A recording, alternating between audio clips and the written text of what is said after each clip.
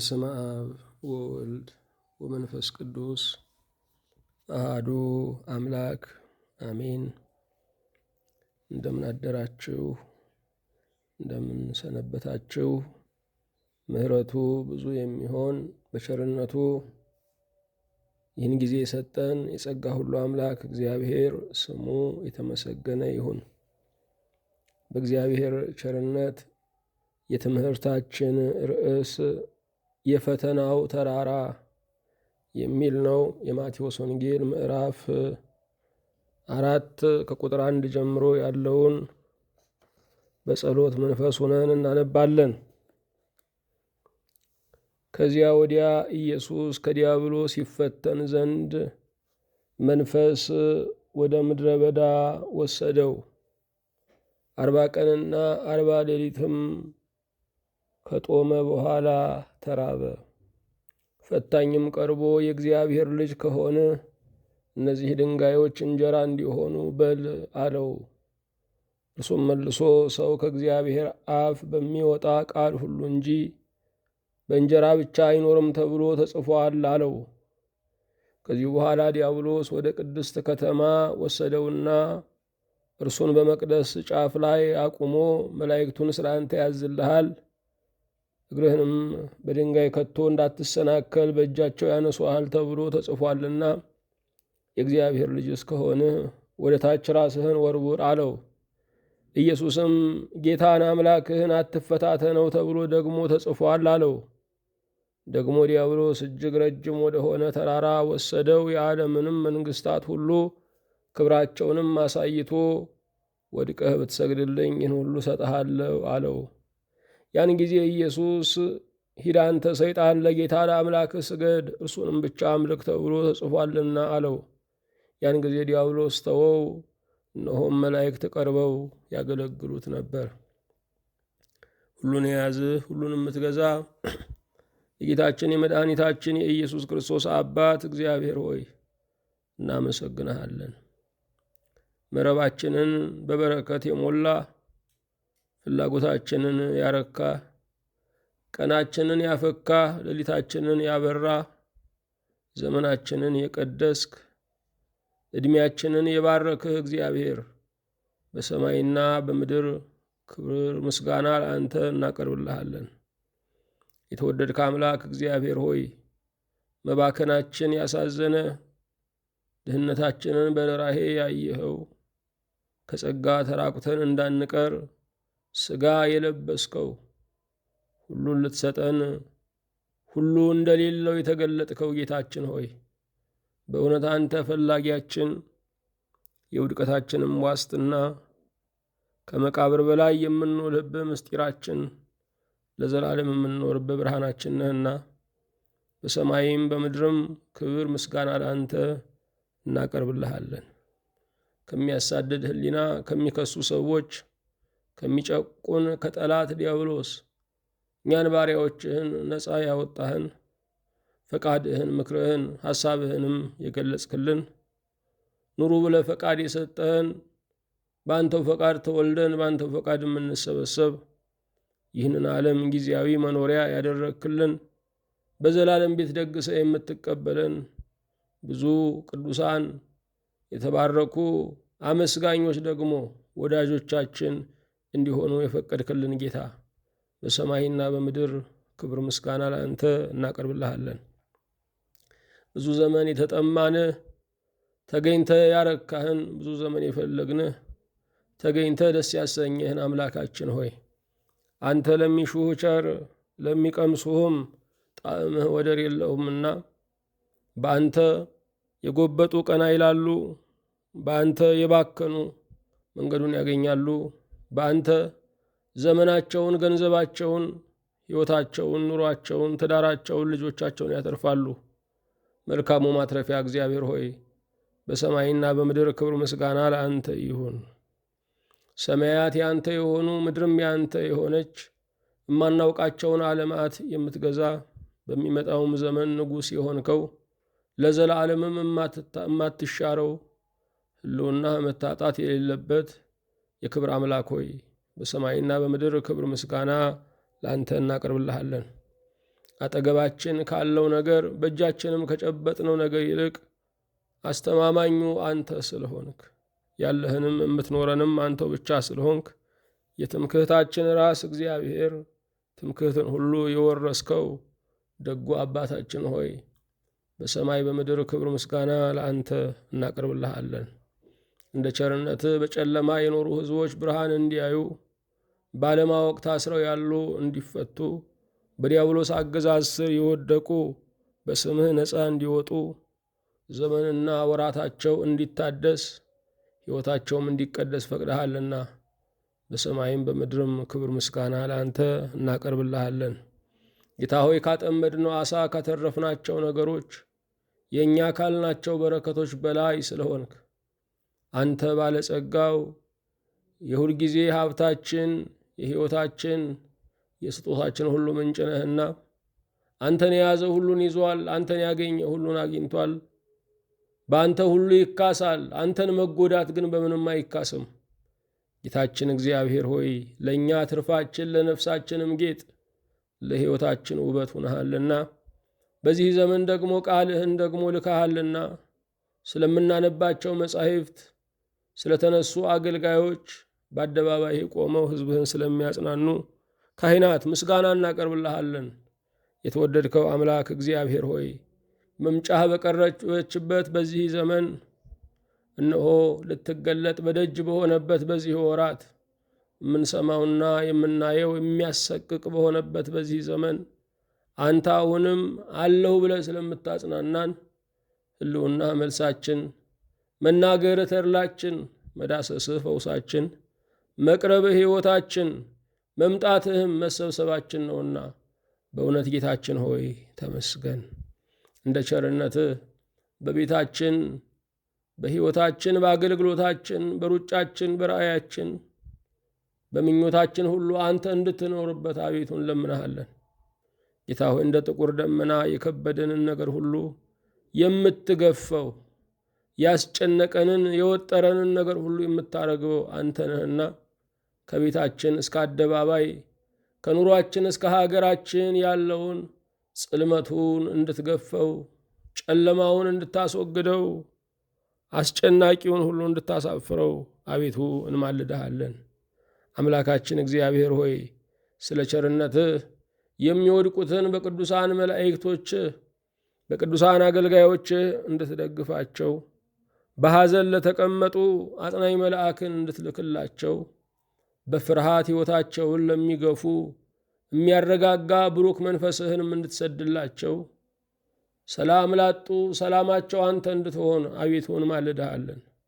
በኑሯቸው አጥተው የሚቸገሩትን አግኝተው እርካታ ያጡትን ምኞታቸው ላይ ደርሰው ስለታቸው ሰምሮላቸው አሁንም በጥያቄ ያሉትን ማግኘት ጥያቄ፣ ስኬት ጥያቄ፣ መዳረሻው ጥያቄ፣ ግቡ ጥያቄ ለሆነባቸው አንተው ራስህ መልስ እንድትሆናቸው ይሄም ማለት ሰው ምን ተብሎ ይነገራል፣ ሰውስ ቢሰማ ምን ይለኛል በሚሉበት ነገር ሁሉ አንተ የልብ አውቃው የተሰወረውን ገልጠህ የምታየው ልብና ኩላሊትን የምትፈትነው እርካታ ላጡት እርካታን እንድትሰጣቸው እንማልድሃለን። የተወደድክ አምላካችን እግዚአብሔር ሆይ እንደ ቸርነትህ በመጣብን ፈተና እንዳንደናበር ባለውም ተድላ እንዳንደላደል ይህ ዓለም የተጠንቀቅ ዓለም መሆኑን እንድንገነዘብ ለእርምጃችን ጥንቃቄ ለአነጋገራችን ቅዱስ ፍርሃት እንዲኖረን የሠራ አካላችንን ሁሉ እንድትገዛው ቤታችንን አንተው እንድታዝበት አንተ የምትከብርበት ኑሮና አቋም እንዲኖረን አቤቱ እንማልድሃለን። ስለ ቸርነትህ ታማኝነትን፣ አፍቃሪነትን፣ ትጋትን እንድትሰጠን ከዳተኛ ልብን ከእኛ እንድታርቅ ሐሰት መናገርን ሁሉ ከእኛ እንድታርቅ የውሸት ኑሮን ሁሉ ከእኛ እንድታርቅ አንተን መምሰልን በቅዱሳን ጎዳና መሄድን መስቀልን በደስታ መሸከምን ስለ አንተ ስደትን እንደ ተድላ ሀገር እንደ መውረስ እንድንቀበል አቤቱ እንማልድሃለን። ስለ ቸርነትህ አምላካችን ሆይ ክብራችንን ለክብርህ ዝቅ እንድናደርግ ከወደድናቸው ይልቅ እንድንወድህ ሁሉም ነገራችንን አንተው ብቻ እንድናደርግህ አቤቱ ጸጋህ ያግዘን። ብርሃናዊ መንፈስህ ከእኛ ጋር እንዲሆን በሞገሳዊውም ቃልህ በመካከላችን በክብር እንድትመላለስ ከፊት ለፊታችን ያለውን ወርሃ ጾሙን የበረከት፣ የንስሐ፣ የቅድስና፣ የመታረቂያ፣ የመቀራረቢያ እንድታደርግልን ጌታ ሆይ አፍ ከልብ ሆነን እንዳንጸልይ ከኃጢአት ከበደል ጹመን ከክርክርም ነጽተን ደግሞ ካንተ በረከትን ለማግኘት የታደልን እንድንሆን ሰይጣን ያሰበውን ጠላት የሸመቀውን ሁሉ ድል እንድትነሳልን ከምእመናን መካከል ጥላቻን፣ ክርክርን፣ መካሰስን ሁሉ እንድታወጣልን እንድታርቅልን አቤቱ እንማልድሃለን። ስለ ቸርነትህ ለዓለም ሁሉ የምህረት ፊትህን እንድትመልስ የወንጌልን አገልግሎት እንድታጸና ለታመሙት ፈውስን፣ ለታሰሩ መፈታትን፣ ለተሰደዱ በጎ ዕድልን፣ ከአገራቸው ርቀው ላሉ መመለስን፣ በረከት ለሚሹ እንጀራን እንድትሰጥልን አቤቱ እንጠይቀሃለን። በፊትህ በቆምን ጊዜ እንድናስባቸው አደራ ያሉንን አቤቱ በማይረሳ አእምሮ አስብልን። በረከተ አብ፣ በረከተ ወልድ፣ በረከተ መንፈስ ቅዱስንም አቤቱ አሳድርብን። ያንተ የሆነው በጎ ነገር ሁሉ አይለፈን፣ ክፉም አያግኘን። በጌታችን በኢየሱስ ክርስቶስ በእርሱ ያለ ክብር ጽን ለአንተ ይገባሃል። ከእርሱ ጋራ ከመንፈስ ቅዱስም ጋራ ትክክልም ይሆን ዛሬም ዘወትርም ለዘላለሙ አሜን። የእግዚአብሔር የአምላካችን ስሙ የተመሰገነ ይሁን። ርዕሳችን የፈተናው ተራራ የሚል ነው። በሕይወታችን ፈተና ደርሶብን ያውቃል። በምርጫችን ብላሽነትም ወደ ፈተና ሄደን እናውቃለን። ልጆቻችን ከመጣባቸው ክፉ ነገር ንቁ የሆኑት የወላጅ ዓይኖቻችን ነጥቀው ያወጧቸዋል። ልጆቻችን ወደ እሳቱ፣ ወደ ገደሉ፣ ወደ ወጥመዱ ሲሄዱም ለራሳቸው ስህተት ሳንተዋቸው አሁንም እንታደጋቸዋለን። እግዚአብሔር አባት ነው። እግዚአብሔር የአባት ልክ ነው። እግዚአብሔር የአባትነት መነሻ ነው። እግዚአብሔር ለአባቶች ጥንቃቄን፣ መራራትን፣ በልጆች መደሰትን የሰጠ ነው። ይህ እግዚአብሔር ከመጣብን ፈተና ከምንሄድበትም ፈተና ሊታደገን የታመነ ነው። ብዙዎቻችን ተፈትኛለሁ የሚሉ ሙግቶች አሉን፣ ማብራሪያዎችም አሉን። ጌታችን ኢየሱስ ክርስቶስ በዚህ ዓለም ላይ ተፈትኗል። ጌታችን ኢየሱስ ክርስቶስ መፈተኑ እንኳን እኛ እርሱ እንኳ ተፈትኗል ብለን እንድንጽናና እንድንረጋጋም ነው። ጌታችን መድኃኒታችን ኢየሱስ ክርስቶስ ጾምን በመጾም የቀደሰ ነው። ፈተናችንን ተፈትኖም ድል የነሳ ነው።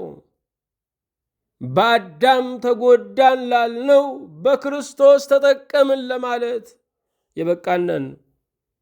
ጌታችን ኢየሱስ ክርስቶስ በፈተናው ተራራ ላይ የሰው ልጆችን ታላላቅ ፈተናዎች ድል ነስቶላቸዋል።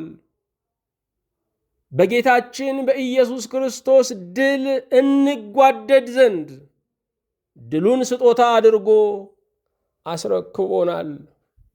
በአዳም የደከምነን በክርስቶስ በርትተናል። በአዳም የሞትነን በክርስቶስ ሕይወት አግኝተናል። አዳም ብዙ ነበረው፣ ምንም አልሰጠንም። ክርስቶስ ግን ራሱን በሁሉ ባዶ አድርጎ በድሃ አርአያ ተገልጦ እኛን ባለጠጎች አድርጎናል። አልቃሾችን የሚያጽናኑ ምናልባት አልቅሰው የማያውቁ ሊሆኑ ይችላሉ። የሞተባቸውን የሚያረጋጉ ምናልባት ሞት በራቸውን አላንኳኳ ይሆናል። ክርስቶስ ለእኛ መጽናናታችን የሆነው በፈተናችን ሁሉ በማለፍ ነው። እርሱ ያላለፈበት ፈተና እኛ የምናሟሸው ፈተና የለም። ብቻችንን የተተውንበት የሕይወት ተግዳሮት የለም። ክርስቶስ በቀደመበት እኛ እንከተላለን። ክርስቶስ በቀደመበት ሁሉ ትግልን ሳይሆን ድልን አስቀምጦልን ሄዷል። በዘመነ ሐዲስ ድል በትግል ሳይሆን ድል በጸጋው ሆኗል። ክብር ምስጋና ለአምላካችን ለእግዚአብሔር ይሁን። የፈተናው ተራራ ላይ የጌታችንን መፈተን በእውነት በአንክሮ እናየዋለን። የመፈተኑን ምስጢር እናስተነትናለን። በዚያ ውስጥ ደግሞ ያገኘነውን ድል በእምነት እጆች እንቀበላለን። የጌታችን የኢየሱስ ክርስቶስ መፈተን ምንድን ነው?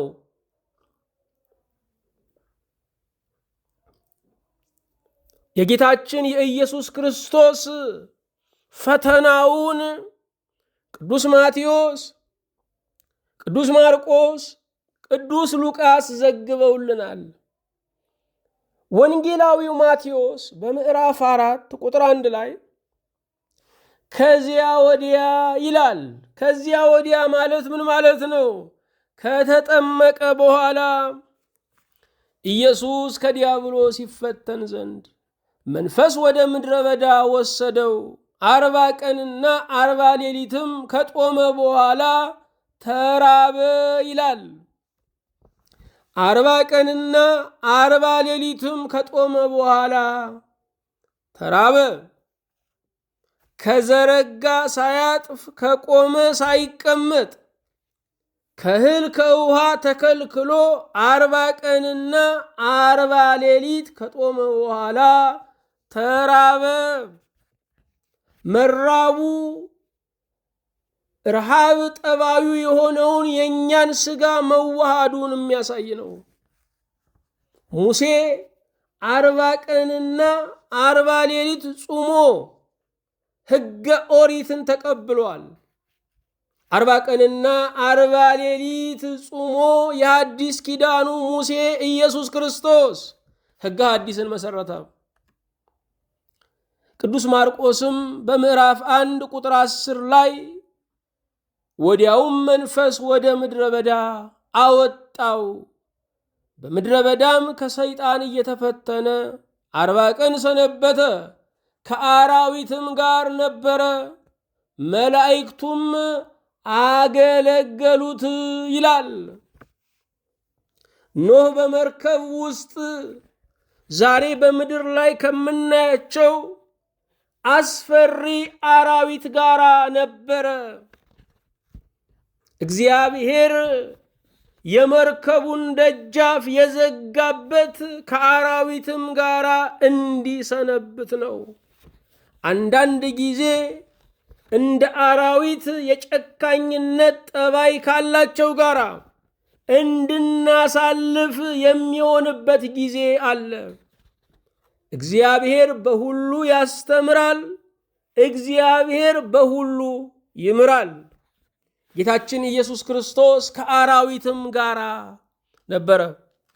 ዛሬ ከአራዊት በመልክ መለስ ያሉ በግብር ግን ከፍ ያሉ ሰዎች ጋር ልናሳልፍ እንችላለን።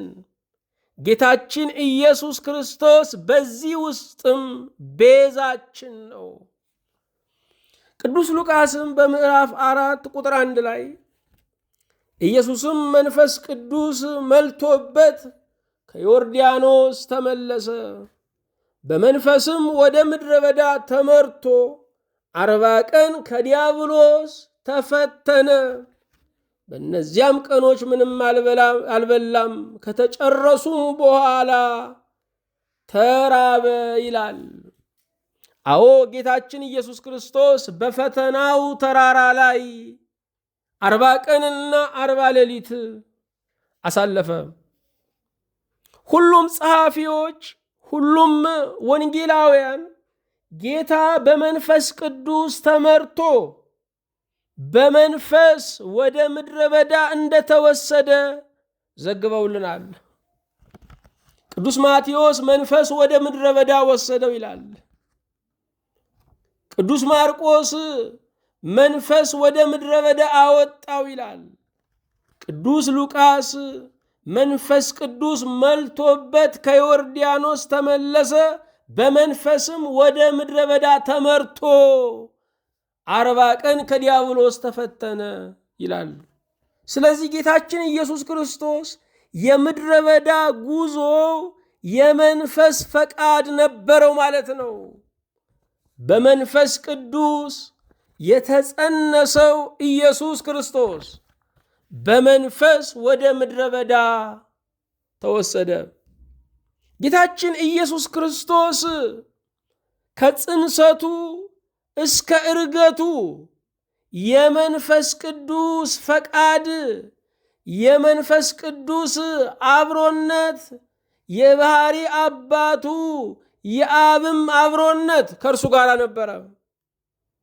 በመንፈስ ተወሰደ ማለት ምን ማለት ነው? በመንፈስ ቅዱስ ፈቃድ ተወሰደ ማለት ነው። አብ፣ ወልድ፣ መንፈስ ቅዱስ በፈቃድ አንድ ናቸው። ስለዚህ በመንፈስ ተወሰደ ማለት በራሱ ፈቃድ፣ በአባቱ ፈቃድ፣ በመንፈስ ቅዱስ ፈቃድ ተወሰደ ማለት ነው። ታላላቅ ውሳኔዎችን ስንወስን ፈቃደ እግዚአብሔር እንዳለበት ማረጋገጥ አለብን። ይሄንን ሊያስተምረን መንፈስ ወደ ምድረ በዳ ወሰደው የሚል ቃል ተጽፎልናል። በሕይወታችን ውስጥ ታላላቅ ውሳኔዎች ይከናወናሉ። በታላላቅ ውሳኔዎች ውስጥ የሊቃውንት ምክር ያስፈልጋል። የጸሎት ደጅ ጥናት ያስፈልጋል። ከሁሉ በላይ ፈቃድ ነው ወይ ብሎ እግዚአብሔርን መጠየቅ ያስፈልጋል። በውሳኔያችን ላይ እግዚአብሔር ካለበት ውሳኔው የተሰበረ ቢመስለን እንኳ የመጠገን ዋስትና አለው። ከእግዚአብሔር ጋር የወሰኑ መንገዱ ቢጨልም እንኳ አይደናገሩም። እግዚአብሔር በውሳኔያችን ላይ መወሰን ይፈልጋል። የብቻ ውሳኔያችን በምድረ በዳ ላይ ሌጣ ያደርገናል። የብቻ ውሳኔያችን ሞት እንኳ ቢመጣ የትንሣኤ ዕድል የለውም። የእግዚአብሔር ሰዎች አይወድቁም አልተባለም። ቢወድቁ ትንሣኤ አላቸው ብለን እናምናለን። የእግዚአብሔር ሰዎች አይንገዳገዱም አልተባለም። ቢንገዳገዱ በእግዚአብሔር እንደሚጸኑ እናምናለን። ጌታ ወደ ምድረ በዳ የሄደው 7 ነገሮችን ሊገልጥልን ነው። የመጀመሪያው ለተልእኮ ለመዘጋጀት ነው። በቀጣዩ የእግዚአብሔርን መንግሥት የአባቱን ስልጣን ለምድር ይገልጣል። ለወንጌል አገልግሎት ዝግጅት ያስፈልጋል። ለወንጌል አገልግሎት ዝግጅቱ ምንድነው ስንል ከእግዚአብሔር መጠራታችንን ካመንን በኋላ በጾምና በጸሎት መዘጋጀት ያስፈልጋል። ወንጌል ዝግጅት ይፈልጋል። መንፈሳዊ ተልእኮ ዝግጅት ይፈልጋል። ጌታችን ኢየሱስ ክርስቶስ ለ3 ዓመት አገልግሎት 30 ዓመት ነው የተዘጋጀው። ከፊት ለፊቱ ላለው ለወንጌል ስብከት ደግሞ 40 ቀንና 40 ሌሊት በጾምና በጸሎት ተዘጋጀ። ዝግጅት በሕይወታችን ውስጥ ውጤታማ ያደርገናል። ዝግጅት በሕይወታችን ውስጥ ለምንዘጋጅለት ሕዝብ ሙሉ ገበታ እንድናቀርብ ያደርገናል። ዝግጅት የምንዘጋጅለትን ነገር እንዳከበር ነው ማሳያ ነው።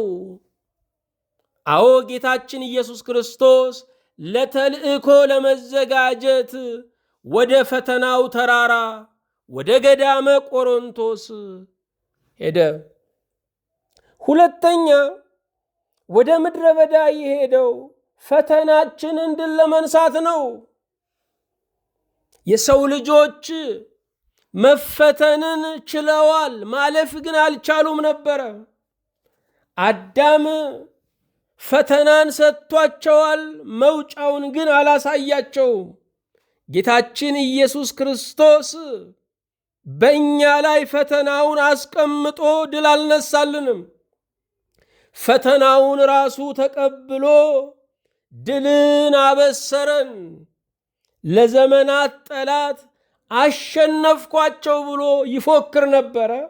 አሁን ግን በጌታችን በኢየሱስ ክርስቶስ ጠላት የመሸነፉን መርዶ ሰማ። ፈተናችን ብዙ ነው። ጌታችን ኢየሱስ ክርስቶስ በዚህ ታላቅ ጾም ፈተናችንን ድል ነሳለን። ጌታችን ኢየሱስ ክርስቶስ ድል የነሳቸው ኃጣው የኃጢአት ራሶች ሁሉንም ፈተናዎች የሚጠቀልሉ ናቸው። እነዚህን ፈተናዎች ያሸነፈ ሰው ሌሎች ፈተናዎች አይከብዱትም። ወደ ምድረ በዳ የሄደው ሶስተኛ ከታላቅ ክብር በኋላ የሚመጣውን ፈተና ለማሳወቅ ነው። በሕይወታችን ውስጥ ታላቅ ክብረትን የምናገኝባቸው አጋጣሚዎች፣ እድሎች፣ አውዶች አሉ። ታላቅ ክብር ታላቅ ፈተና ይዞ ይመጣል። ከታላቅ ክብር በኋላ ለሚመጣው ታላቅ ፈተና መዘጋጀት ያስፈልጋል። ደረጃው ከፍ ባለ ቁጥር የተማሪው ፈተና ከፍ እንደሚል ክብራችን፣ ጸጋችን፣ ሞገሳችን በእግዚአብሔር ዘንድ ያለን ተቀባይነት በጨመረ ቁጥር ፈተናችን እየበዛ ይመጣል። ብዙ ሰዎች ወደ መንፈሳዊ ሕይወት የሚቀርቡት ፈተና አልባ ለመሆን ነው። ወደ እግዚአብሔር እንደቀረባችሁ ምልክቱ የፈተና መፋፋም ነው። ድሮ በዓለም ሳለው ምንም ፈተና አልነበረብኝም። ዛሬ ወደ እግዚአብሔር ቤት ስመጣ ፈተናዬ በረከተ የሚሉ ብዙ ሰዎች ናቸው። ሌባ የሚያሳድደው ወርቅ የያዘውን ነው። ባዶ እጁን የሆነውን መናጢ ድሃውን ሌባ ይመጸውተዋል። እንደውም የሌባ ምጽዋት ከጨዋ ምጽዋት ይበልጣል። 100 200 ነው የሚሰጠው። ዲያብሎስ ድሮ የማይፈትነን ባዶ ስለነበረን ነው። አሁን ግን ወርቅ ኢየሱስን አግኝተናል። አሁን ግን ጸጋ መንፈስ ቅዱስን ተካፍለናል። ባለጠጎች ስለሆንን ሌባው ያሳድደናል። ከታላቅ ክብር በኋላ የሚመጣ ፈተና አለ። ከሆሳዕና በኋላ ሆሳዕና ተብሎ ከተዘመረለት በኋላ ይሰቀል የሚል የሕዝብ ጩኸት ተሰምቷል። ከታላቅ ክብር በኋላ ታላቅ ፈተና ይመጣል።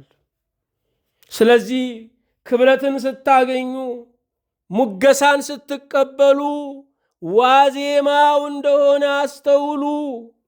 ታላቅ ፈተና ሊመጣ ይችላል። ብዙ ሰው የሆሳዕናው ምስጋና ይጥመዋል፣ የይሰቀል አዋጅ ይሰቀዋል። ሆሳዕናን እንደወደዳችሁ ይሰቀልንም በጸጋ መቀበል አለባችሁ። መወደድን በደስታ እንደተቀበላችሁ መጠላትንም መጋፈጥ አለባችሁ። ይሄ አደጋ ሳይሆን ለእናንተ ተብሎ የመጣ የብቻ የግል ፈተና ሳይሆን የዓለም ጠባይ ነው። የታሪክ ሁሉ ክስተቱ፣ የታሪክ ሁሉ ንባቡ ይሄው ነው። ይህንን ዓለም በመልካም የጨረሰ ማን ነው? የቅርቦቹን ብታዩ እነ ናፖሊዮንን ተመልከቱ፣ እነ ቀዳማዊ ኃይለ ሥላሴን ተመልከቱ። በወርቅ ዙፋን ተቀምጠው ኖረው የጨረሱት በእስር ቤት ነው። ብዙዎቹ የከበሩት የድሃ ቀብር እንኳ አላገኙም። አጽማቸው የት እንዳለ እንኳ አይታወቅም። ለዘላለም የሚደምቁ መስሏቸው ከተማ ሰርተዋል፣ ቤተ መንግሥት ገንብተዋል። ዛሬ ግን ከህሊና ጠፍተዋል። ከታላቅ ክብር በኋላ የሚመጣ ታላቅ ፈተና አለ። ለዛ መዘጋጀት ያስፈልገናል። መፍራት ያለብን አንቱ አንቱ ስንባል ነው። ምክንያቱም ከቀን በኋላ ማታ እንደሚመጣ፣ ከክብር በኋላ መዋረድ ሊመጣ ይችላል። ባንዲራውን ጠዋት የሰቀሉ ሲነጋ የሰቀሉ ሲመሽ ያወርዱታል። የዚህ ዓለም ሰዎች ሲነጋ ይሰቅሉናል፣ ሲመሽ ያወርዱናል። ይሄ ያልገባው በምስጋና ልቡ ይነሆልላል፣ በአድናቆት በሐሳብ ይጠፋል። ጌታ ወደ ምድረ በዳ የሄደው አራተኛ የሁሉም ነገር መግቢያ ጾም ጸሎት እንደሆነ ሊገልጥ ነው። ወደ ገዳም የሚሄዱ መናንያን ጾም ጸሎት ያስፈልጋቸዋል። ወደ ጋብቻ የሚሄዱ ጥንዶች ጾም ጸሎት ያስፈልጋቸዋል። ጾምና ጸሎት መግቢያው የሆነለት ምዕራፉ ያማረ ነው፣ መጠቅለያው ያማረ ነው። በጾምና በጸሎት የያዝነውን ቀን ብቻ ሳይሆን የሚመጣውንም ቀን እንቀድሰዋለን። ጾምና ጸሎት ቀጣዩን ዘመን ማትረፊያ ነው፣ ያልመጣውን ዘመን መባረኪያ ነው። አምስተኛ ጌታ ወደ ምድረ በዳ የሄደው ስጋችንን በጾም እንዴት ማደስ እንዳለብን ሊያስተምረን ነው። የሰው ልጆች ለመኖር ምግብ ያስፈልጋቸዋል። ለመኖር ያስፈልጋቸው ምግብ መኖርንም እንደሚጋፋ ማወቅ አለባቸው። መብል ለመኖር እንደሚያስፈልግ ሁሉ መብል የሞት አደጋንም ይዞብን የሚመጣ ነው። ይህ ዓለም የልክ ዓለም ነው፣ የሚዛን ዓለም ነው። በልክ ካልበላን፣ በልክ ካልጠጣን፣ በልክ ካልኖርን ዕድሜያችን እያጠረ ይመጣል። ትንሽ ምሳሌ ለመስጠት በዚህ ዓለም ላይ አጭር ዘመን የኖሩት ከድሆች ይልቅ የነገስታት ልጆች ልዑላንና ልዕልቶች ናቸው። ለምን ስንል ምቾት፣ መብል የሰውን ዕድሜ ያሳጥራል።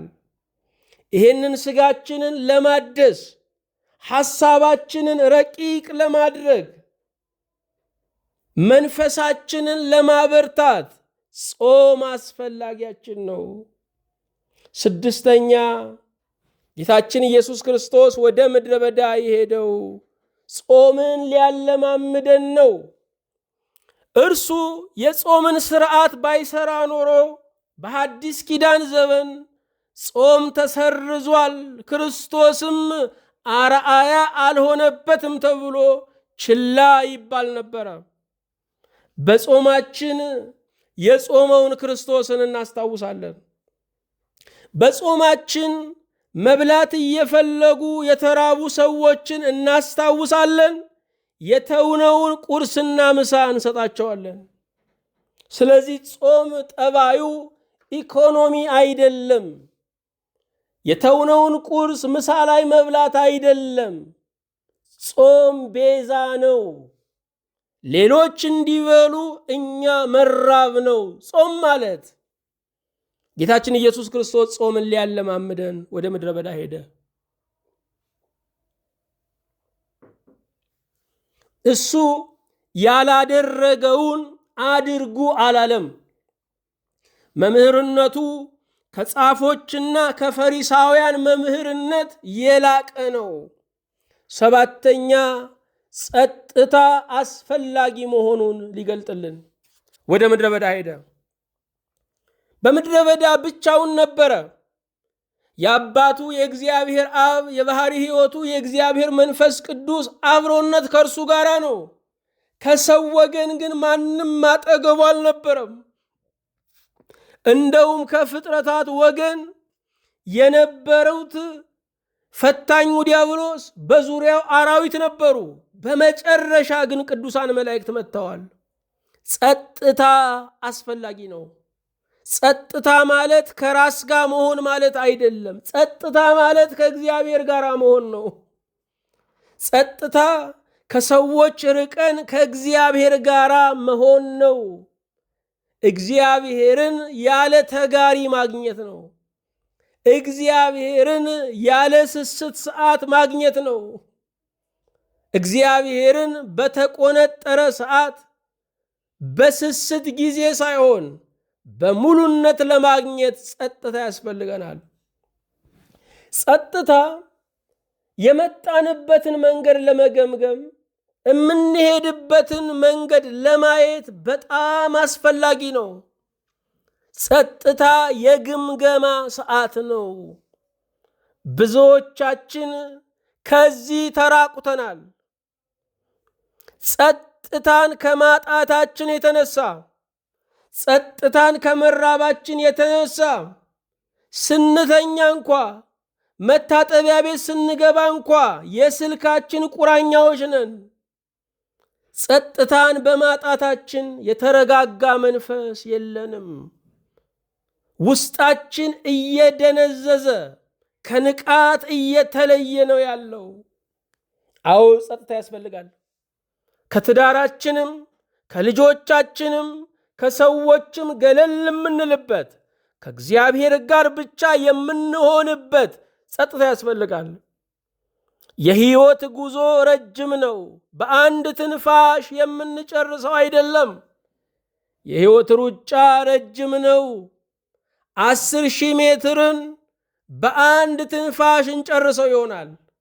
10,000 ኪሎ ሜትርን ግን እያረፍን ነው የምንጓዘው።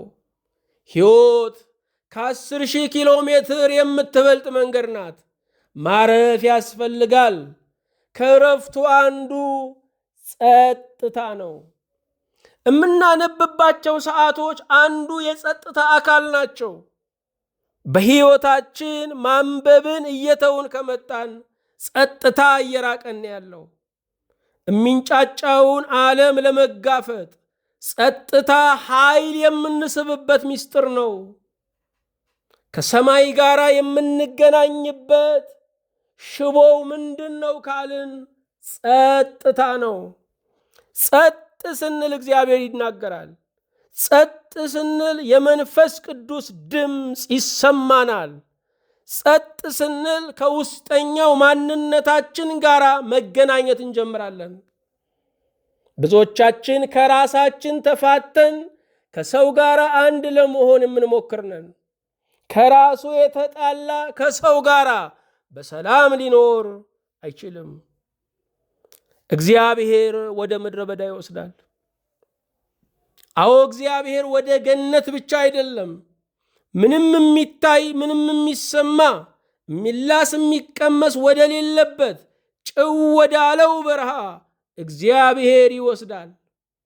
መንግስት ወታደሩን በከተማ ሳይሆን በበረሃ ያሰለጥናል። እግዚአብሔር በወታደር አቋም እንድንቆም መንፈሳዊ ሰራዊት እንድንሆን ጠርቶናል። በሕይወት ምድረ በዳ ውስጥ ያሰለጥነናል። ደስታ ሲገጥመን የመጨረሻው ነው ብለን እንዳንቦርቅ፣ ሐዘን ሲገጥመን የመጨረሻው ነው ብለን እንዳንተክዝ እግዚአብሔር በምድረ በዳ ውስጥ ያሰለጥነናል። ደስ ብሏችሁ ከሆነ የመጨረሻው አይደለም፣ የመንግሥተ ሰማያት ደስታ አለ። ከፍቷችሁ ከሆነ የመጨረሻው አይደለም፣ መጽናናት አለ። እግዚአብሔር በምድረ በዳ ውስጥ ያሰለጠናቸው አይነቀነቁም። በቀኑ ላይ የበላይ ይሆናሉ እንጂ ቀኑ በእነሱ ላይ አይልባቸውም። ጌታችን በገዛ ፈቃዱ በመንፈስ ቅዱስ ስምረት ወደ ምድረ በዳ ሄደ። በብሉይ ኪዳን የምናገኘው ነቢዩ ኤልያስ ደግሞ በግል ፈቃዱ ወደ ምድረ በዳ ሄደ። በተስፋ ወደ ምድረ በዳ መሄድና ተስፋ በመቁረጥ ወደ ምድረ በዳ መሄድ የተለያየ ነው። ኤልያስ ተስፋ ቆርጦ ወደ ምድረ በዳ ሄደ። ወደ መጠጥ ምድረ በዳ የሚሄዱ፣ ራስን ወደ ማጥፋት ምድረ በዳ የሚሄዱ ተስፋ የቆረጡ ናቸው። ለቀጣይ ዘመንና ዓለም ለመዘጋጀት ከማይታየው ዓለም ጋር ህብረት ለማድረግ ወደ ምድረ በዳ የሚሄዱ የተስፈኞች ተስፈኞች ናቸው። ተስፋ ያላቸው ሰዎች ናቸው። አዎ እግዚአብሔር ወደ ምድረ በዳ ይወስዳል።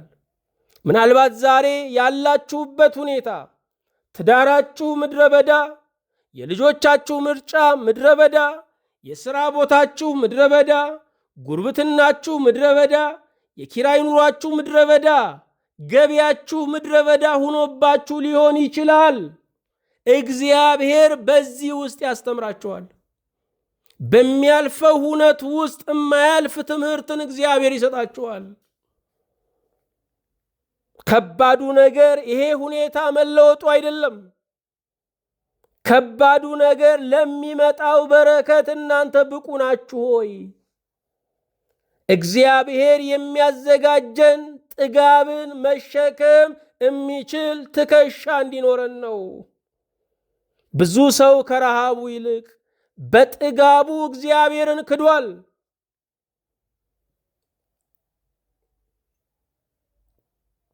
ኑሯቸውን በቤተ ክርስቲያን ያደረጉ ዛሬ ለቤተ ክርስቲያን ጀርባቸውን ሰጥተው የሚሄዱ ሞላልኝ፣ ተሳካልኝ የሚሉ ሰዎች ናቸው። ያሳዝናል። ረሃባችንን ከእግዚአብሔር ጋር፣ ጥጋባችንን ከዓለም ጋር ማድረጋችን ያሳዝናል። ጥያቄያችንን ከእግዚአብሔር ጋር፣ መልሳችንን ከጠላችን ዓለም ጋር ማድረጋችን ያሳዝናል። ቀምቶ ሯጭ የሆነው የሰው ልጅ ክብረትን እያጣ ነው። እስራኤልን በፈቃዱ ወደ ምድረ በዳ ወሰዳቸው። 40 ዓመት በምድረ በዳ ውስጥ እግዚአብሔር ተንከባከባቸው። እርሻ የለም፣ የውሃ ልማት መስሪያ ቤት የለም፣ የኤሌክትሪክ ባለስልጣን የለም። ነገር ግን አይጨልምባቸው ነበር፣ አይጠማቸውም ነበር፣ አይርባቸውም ነበረ። ያለ እርሻ ሚኒስቴር እግዚአብሔር ያኖራል። ያለ ኤሌክትሪክ ባለስልጣን እግዚአብሔር መብራት ይሰጣል። ያለ ውሃ አስተዳደር እግዚአብሔር ውሃን ከዓለት ያፈልቃል። እግዚአብሔር ሲረዳን በማንም አይደገፍም። እግዚአብሔርን በምክር ያገዘው በጉልበት የደገፈው ማንም የለም። በነቢዩ በሆሴዕ አባብላታለሁ ወደ ምድረ በዳም አመጣታለሁ ነው የሚለው። ዛሬ ሰዎች የሚያባብሉን እግዚአብሔርን ብትከተል ሀብታም ትሆናለህ፣ በሽታ አያገኝህም፣ ይሳካልሃል፣ የሁሉ ራስ ትሆናለህ፣ ሁሉን ትጫማለህ እያሉን ነው። እግዚአብሔር ግን አባብሎ ወደ ምድረ በዳ ይወስደናል። በምቾት ውስጥ ያለው ትምህርት ትንሽ ነው። በፈተና ውስጥ በትግል ውስጥ ግን የማያልቅ ትምህርት አለ። ለአምላካችን ለእግዚአብሔር ምስጋና ይሁን። አዳም በገነት የወደቀውን ፈተና ጌታ በምድረ በዳ ድል ነሳው። አዳም በገነት የወደቀውን ፈተና ጌታ በምድረ በዳ ድል ነሳው። ልብ አድርጉ። አዳም የወደቀው በገነት ነው። አዳም ሁሉ እያለው ሁሉ እንደሌለው አማረረ። ምንም በሌለበት ስፍራ ጌታችን በምስጋና መቆምን አስተማረ። አዳም ዕፀ በለስን የበላው እርቦት አይደለም፣ ለምግብ ዋስትና አይደለም። አዳም ዕፀ በለስን የበላው አልረካ ብሎ ነው። ጌታ ግን እርቦት አልበላም። ገነትና ገዳመ ቆሮንቶስ ትይዩ ሆነው ይታያሉ። ቀዳማዊ አዳም በገነት፣ ዳግማዊ አዳም በገዳመ ቆሮንቶስ ይታያሉ። በሁለቱም ስፍራዎች ላይ ሰይጣን ፈታኝ ነበረ። አዳም ወደቀ፣ ክርስቶስ ድል ነሳ። አዳም በገነት የወደቀውን እርሱ በበረሃ ድል ነሳው። እንዴት ደስ የሚል ነው ወገኖቼ! እኛ በሞቀ ቤት ተቀምጠን በምቹ አልጋ ተኝተን ያማረ የጣፈጠ የላመ እየበላን እናማርራለን። በበረሃ ምንም በሌለበት ቤት የሌላቸው ረሃብተኞች፣ ብቸኞች ግን ለእግዚአብሔር ምስጋና ያቀርባሉ። ዛሬ እግዚአብሔር ምስጋናን እየተቀበለ ያለው ካገኙት ሰዎች ይልቅ ባጡት ሰዎች ነው። ዛሬ እጅና እግራቸው የተቆረጡ ሰዎች ለእኔ ያደረገውን ለማን አደረገ ይላሉ። የእኛን ሙሉ አካልነት፣ የእኛን አለማመስገን ይወቅሳሉ። ጾምና ጸሎት የመታጠቂያው ሰዓት ነው። ጌታ በምድረ በዳ የጾመው የጸለየው መታጠቅን ሊያስተምረን ነው። መንፈሳዊ ትጥቅን የምናገኝበት ነው። ጾም አብሮት የሚፈልገው ነገር አለ። የመጀመሪያው ጸሎት ነው። ጸሎት የሌለው ጾም እግዚአብሔርን ቀጥሮ የሚያናግሩት አለመኖር ነው። እፈልግሃለሁ ብሎ መኮራረፍ ነው። ሁለተኛ ምጽዋት ነው። ጾም ምጽዋት ይፈልጋል። የተውነውን ምግብ ለተራበ መስጠት ይፈልጋል። የሰራተኛ ደሞዝ ካለብን መመለስ ይፈልጋል። አለበዛ ጾሙ አይሰምርም። ሶስተኛ ጸጥታ ይፈልጋል ጾም። አራተኛ ንስሐ ይፈልጋል፣ ከእግዚአብሔር ጋር መታረቅ። አምስተኛ ይቅርታ ይፈልጋል፣ ከሰዎች ጋር ይቅር መባባል። ስድስተኛ ርዕስ ይፈልጋል። ለምንድን ነው የምንጾመው? ርዕሱ መታወቅ አለበት። ጾም ርዕስ ይፈልጋል። ርዕሱ ምንድን ነው? ለምንድን ነው ይህንን ጾም የምንጾመው? መታወቅ አለበት። ጌታችን ኢየሱስ ክርስቶስ በፈተናው ተራራ ላይ በጾም በጸሎት ፈተናችንን ድል ነሳልን። በኃይል በስልጣኑ ፈተናችንን ድል ነሳልን። የመስቀሉ ጉዞ፣ የወንጌል ጉዞ መነሻው ምድረ በዳ ነበረ። ዛሬ አገልግሎታችን ምድረ በዳ መስሎ ቢታየን መነሻው ነው። ጌታ በፈቃዱ ወደ ምድረ በዳ ከሄደ ወደኛ የሚመጡትን ፈተናዎች ደግሞ በፍጹም ፈቃደኝነት መቀበል ያስፈልጋል። ጌታችን በዘመኑ ሁለት ምድረ በዳዎችን በዋናነት አይቷል። በሕፃንነቱ የሲና ምድረ በዳን፣ በ30 ዘመኑ ገዳመ ቆሮንቶስን አይቷል። ይህ ሰዓት የጾሙ ሰዓት ታላላቅ ውሳኔዎች የሚወሰኑበት ሰዓት ነው። ታላላቅ ውሳኔዎች ለሰው ልጆች ለአዳም ዘሮች የሚወሰኑበት ሰዓት ነው። እንደው ዝም ብሎ የሆነ ድንገተኛ የጾምና የጸሎት ሰዓት አይደለም። ለዚህ ነው ጾሙን አብይ ጾም የምንለው። ሰይጣን ዓለም ሁሉ የኔ ነው፣ ፈትኜ ያልጣልኩት ማንም የለም እያለ ይመካ ነበረ። በገዳመ ቆሮንቶስ ሰይጣን ሁለት ነገር ደረሰበት። አንደኛ ኀፍረት ተከፈለው፣ ሁለተኛ ገዢነቱን ተነጠቀ። ለአምላካችን ለእግዚአብሔር ምስጋና ይሁን።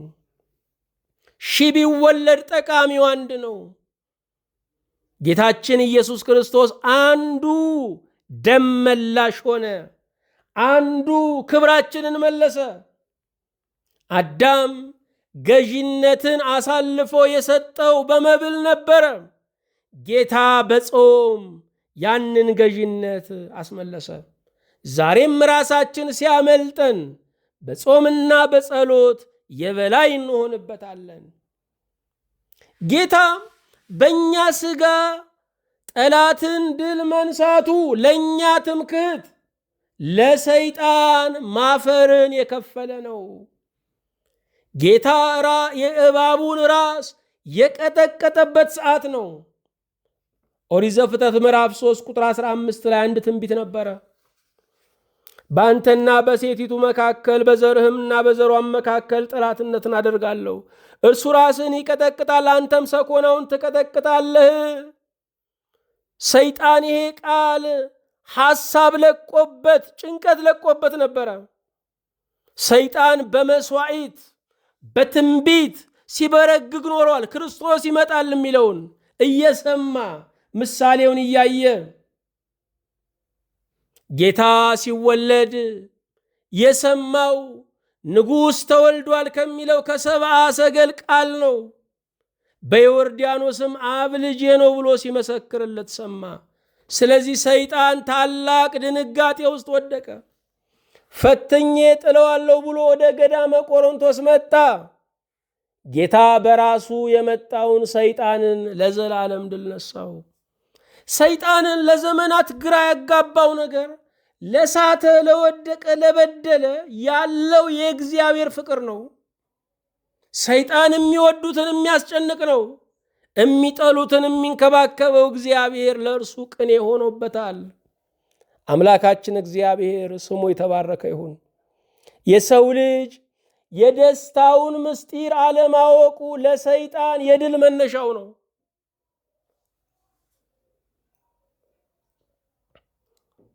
የሰው ልጅ የደስታውን ምስጢር አለማወቁ ለሰይጣን የድል የመነሻው ነው። ሰይጣን በማሳት የውድቀቱ ተከታዮች አድርጎን ነበረ። ጌታችን ኢየሱስ ክርስቶስ በማሸነፍ የድሉ ተከታዮች አደረገን። ክብር ምስጋና ለጌታችን ለኢየሱስ ክርስቶስ በእውነት ይሁንለት። እርሱ የተፈተነው በገዳመ ቆሮንቶስ ብቻ አይደለም። እርሱ ከጽንሰቱ ጀምሮ ይፈተን ነበረ። እርሱ የመረጣትን እናት አስታውሱ። በብዙ ፈተና ውስጥ ያለፈች ናት እመቤታችን ቅድስት ድንግል ማርያም። እኛ እናት አልመረጥንም፣ ተመረጠልን እንጂ። እናቱን የመረጠው ብቸኛ ልጅ ክርስቶስ ነው። እኛ ብንሆን እናታችን ማን እንድትሆን ነበር የምንመርጠው? ክርስቶስ በሥጋ ድሃ የሆነችውን በመንፈስ ግን በቅድስና ግን የተጌጠችውን እናቱን ድንግል ማርያምን መረጠ። ዛሬም መምረጥ ያለብን የወርቅ ጌጥ ሳይሆን የቅድስና ጌጥ ያላቸውን ነው። ሰይጣን የክርስቶስ ተዋህዶ ግራ አጋብቶት ነበረ። አምላክ ነው ሲል እንደገና ደግሞ በታላቅ ትሕትና ያየዋል። በታላቅ ትሕትና ሲያየው ክብሩን ይገልጣል። ግራ ተጋብቶ ነበረ። ሰይጣን ምስጢረ ሥጋዌ አልገባውም ነበረ። ሰይጣን የሌለውን አምላክነት ፈለገ። ክርስቶስ ያለውን አምላክነት ሰወረ። ይሄ ለሰይጣን ግራ የሚያጋባ ነበረ። ይሄ ሁሉ የፈተናው አካል ነበረ። ሰይጣን የመጨረሻው የፈተናው የመጨረሻ ማሳረጊያ ክርስቶስን መግደል ነበረ። ክርስቶስ ግን በትንሣኤ ያሸነፈው። ከትንሣኤ በኋላ መፈተን የለም። የትንሣኤን አካል ከተቀበልን በኋላ ለዘላለም በድል እንኖራለን። ልብ አድርጉ። የልደቱ ኮከብ የግብፅን ስደት እንዳመጣ የዮርዳኖስ ምስክርነትም የገዳመ ቆሮንቶስን ፈተና አመጣ። ዛሬም መወደዳችን ፈተና ያመጣል። አብ የምወደው ልጄ ብሎ መናገሩ ለክርስቶስ ፈተና አመጣበት። ዛሬም መወደዳችን ከሰዎች መልካም ምስክርነት ማግኘታችን ፈተና ያመጣብናል። የሚፈተኑ ሰዎችን ስናይ የተወደዱ በጎ ምስክርነት ያገኙ ሰዎች ናቸው። ሰይጣን በእርሱ ላይ እንደሆነው የሰው ልጅ ለዘላለም ተጥሎ የሚቀር መስሎት ነበረ። ክርስቶስ በጾሙ ክርስቶስ በሞቱ ለሰው ሲቆምለት መቀበል አቃተው። ሰይጣን በገዳመ ቆሮንቶስ ራሱን የመጣው አናሳ መናፍስትን አላከም፣ መናፍቃንን አላከም፣ ራሱን የመጣው። ስለዚህ ራሱ ተሸንፎ ሄደ። የጌታ መፈተን ከኛ ሕይወት ከኛ ኑሮ ጋር ቀጥተኛ ግንኙነት አለው። የአዳም ፈተና የምግብ ፍላጎት ስስት ነበረ። የአዳም ፈተና ትዕቢት ታይታ ፍለጋ ነበረ። የአዳም ፈተና ዓለምን መውደድ ነበረ።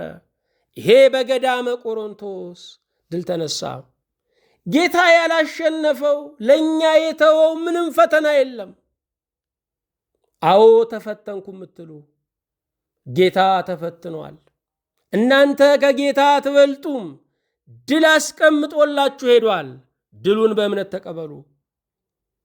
ይህንን ትምህርት ለዛሬው ለመጠቅለል ነገ የምንጀምረው ጾም አብይ ጾም ተብሎ የሚጠራ ነው። ጌታ 40 ቀንና 40 ሌሊት የጾመውን ጾም በመጾም ከጌታ በረከት የምናገኝበት ነው። እኛ የምንጾመው 55 ቀናት ነው። ጌታ የጾመው 40 ቀን ነው። በአብይ ጾም ውስጥ 7 ቅዳሜዎች፣ 8 እሁዶች አሉ። 15 ቀን ማለት ነው። እነኚህ ቀኖች የማይዋልባቸው ከጠቃሚ ምግቦች ከጥሉላት ምግቦች ብንታቀብም ነገር ግን የማንውልባቸው በመሆናቸው እንደ ሰንበት እንደማይጾምበት ቀን ስንቆጥራቸው 15ቱ ሲነሳ 40 ቀን ይቀራል። 40ውን የጌታ ቀን በፍጹምነት ለመጾም ጾማችንን 55 ቀን ላይ ከተነዋል። አብይ ጾም ታላቁ ጾም ታላቁ ጌታ የጾመው ስለሆነ አብይ ተብሏል። ታላላቅ ኃጢአቶች ድል የተነሱበት ስለሆነ አብይ ጾም ተብሏል። በሌላ አነጋገር ሁዳዴ ተብሎ ይጠራል። ሁዳድ ማለት የመንግስት ሰፋፊ እርሻ ማለት ነው። የመንግስት ሰፋፊ እርሻ በአዋጅ ከአዋቂ እስከ ሕፃን ሁሉም ሰው እንደሚያርሰው እንደሚንከባከበው የጌታን ጾም የክርስቲያን ዜግነት ያለው ሁሉ የሚጾመው ጾም ስለሆነ ሁዳዴ ተብሏል። በቀኑ ልክ ደግሞ ጾመ 40 እንላለን። 40ው ጾም የጌታ 40 ቀን ጾም ማለታችን ነው። ጾመ እግዚእ እንላለን፣ የጌታ ጾም ማለታችን ነው። ከዚች ቀን ጀምሮ ባሉት እስከ ፋሲካ ድረስ ባሉት እሁዶች ቅዱስ ያሬድ ስያሜ ሰጥቶ ለእያንዳንዳቸው መዝሙርና ንባብ ቀጽሎላቸዋል። ስለዚህም በአብይ ጾም ውስጥ ያሉ እሁዶች የዛሬዋ ቀን ዘወረደ ትባላለች። ሁለተኛው ቅድስት፣ ሶስተኛው ምኩራብ፣ አራተኛ መጻጉዕ፣ አምስተኛ ደብረ ዘይት፣ ስድስተኛ ገብርኄር፣ ሰባተኛ ኒቆዲሞስ፣ ስምንተኛ እሁድ ሆሳዕና፣ ቀጣዩ ሳምንት ትንሣኤ ተብሎ ይጠራል። በእነዚህ የአጽዋማት ጊዜዎች በእነዚህ የአጽዋማት እሁዶች ቤተ ክርስቲያን የደረሰችው ዝማሬ ያዘጋጀችው ስብከት ቃለ ምዕዳን አለ። በእውነት ከጌታችን ከኢየሱስ ክርስቶስ ጾም በረከት ይደርብን።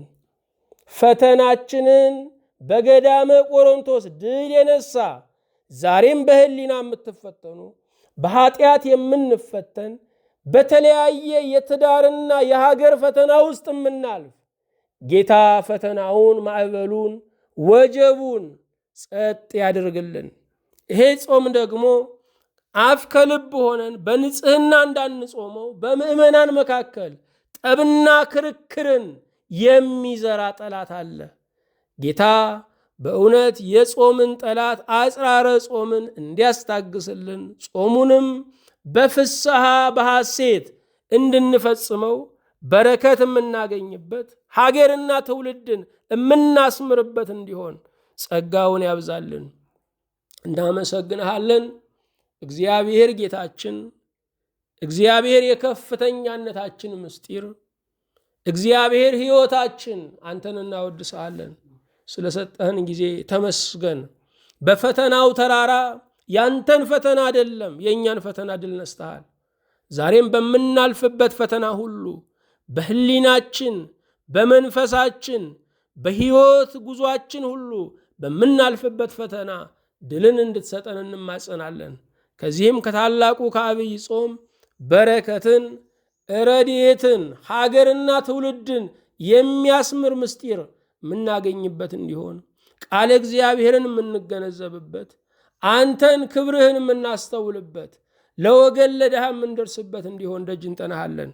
ስለ ሁሉም ተመስገን። በጌታችን በኢየሱስ ክርስቶስ በእርሱ ያለ ክብር ጽን ላንተ ይገባሃል። ከመንፈስ ቅዱስም ጋር ትክክልም ይሆን ዛሬም ዘወትርም ለዘላለሙ አሜን።